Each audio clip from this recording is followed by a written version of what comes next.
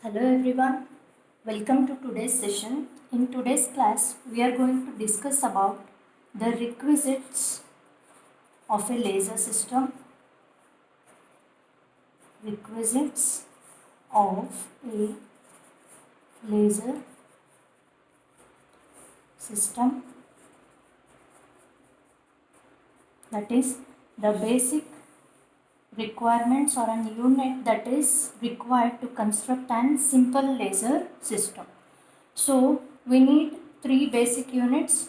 First one is we need an energy source.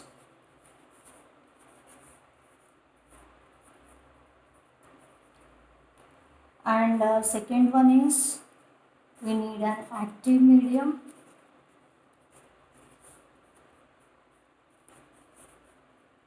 And third one is an resonant cavity.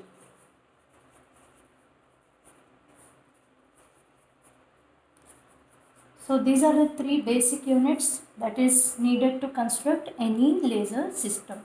So I'll just write the diagram, a simple diagram of energy source here and an active medium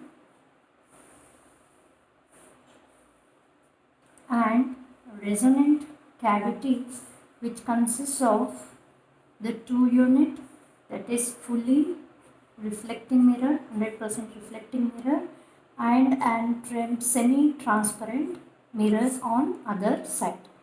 So here we have energy source,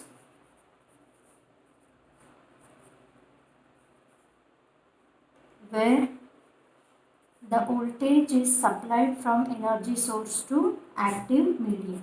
So this is our active medium, and here we have a resonant cavity consisting of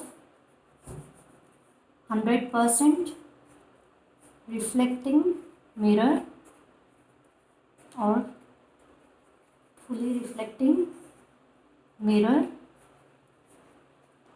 and here we have semi-transparent mirror.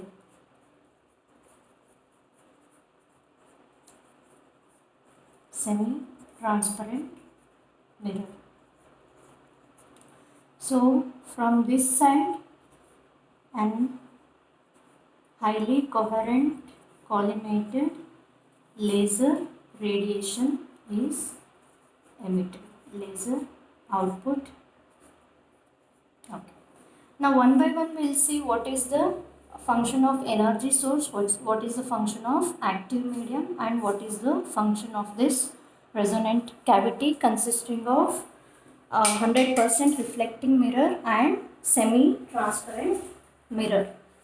So coming to energy source is an unit which provides pumping action